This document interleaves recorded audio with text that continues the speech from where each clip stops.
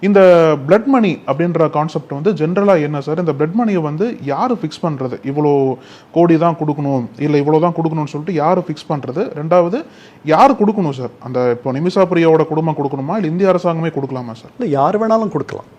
நீங்கள் இப்போ க்ரௌட் ஃபண்டிங்கோடைய ஐடியாவே அதுதான். அது வந்து டொனேஷன்ஸ் வாங்கி, அந்த குடும்பம் வந்து பெரிய வசதியான குடும்பம் இல்லை. அவங்க அந்த அம்மா, செவிலியருடைய அம்மா, அவருடைய வீட்டை விற்றுட்டு அந்த பணத்தை எடுத்துக்கிட்டு போய் எம்எல்ஏ உட்காந்துட்டு இருக்காங்க இல்லையா? அதனால் யார் வேணாலும் அந்த பணத்தை கொடுக்கலாம். அதை முடிவு பண்ணுறது வந்துட்டு அந்த குடும்பம் தான் முடிவு பண்ணணும். எவ்வளவு பணம்ன்றது முடிவு பண்ணுறது அதுதான். பட் அங்கேயே வந்து ஒரு செமை லீகல் அமைப்புகள் அவங்களுடைய, அதாவது ரெகுலர் கோர்ட் இல்லை, அந்த கோர்ட் வந்து சட்ட திட்டங்கள் குற்றம் இல்லையா அப்படின்றத தீர்மானம் பண்ணுறது தான்.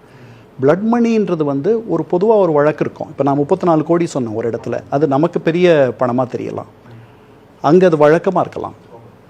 இந்த மாதிரி பொதுவாக இதே மாதிரி ஒரு ஒப்பீடு பண்ணக்கூடிய ஒரு வழக்கில் எந்த மாதிரியான பிளட் மணி கொடுத்தாங்கன்றது மாதிரி அங்கே முன்னுதாரணமெல்லாம் இருக்கும். அதனால் அது முக்கியம் இல்லை. யார் அந்த பணத்தை கொடுக்குறாங்கன்றதும் முக்கியம் இல்லை. அந்த குடும்பம் சார்பாக அந்த பணம் கொடுக்கப்படலாம், அதில் ஒன்றும் சிக்கல் இல்லை. இந்த உயிரிழந்தவருடைய குடும்பம் அதற்கு தயாராக இருக்கணும். அவர்கள் எங்களுக்கு அந்த இரத்த பணம் வேண்டான்னு சொல்லிட்டாங்கன்னா அதற்கு பிறகு சட்டம் வந்து அதனுடைய வேலையை செஞ்சிடும். உங்களுக்கு வந்து இந்த மரண தண்டனையிலிருந்து தப்பணும் அப்படின்னா அந்த குடும்பம் வந்துட்டு சரி நாங்கள் வாங்கிக்கிறோன்னு சொல்லணும். அது கருணை அடிப்படையில் செய்யலாம். முன்னாடியே நீங்களும் நானும் பேசிக்கிட்ட மாதிரி ஒரு எண்ணமில்லாத ஒரு கொலை நடந்துருச்சு, ஒரு விபத்தாக நடந்துருச்சு, அப்படித்தான் இவங்க சொல்கிறாங்க.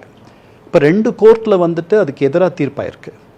நமக்கு அங்கே என்ன பேசப்பட்டுச்சு, என்ன வாதங்கள் வச்சோம், அவங்க என்ன அந்த வாதங்களை எப்படி அவங்க முறியடித்தாங்க, அதெல்லாம் நமக்கு சரியாக தெரியல இங்கே.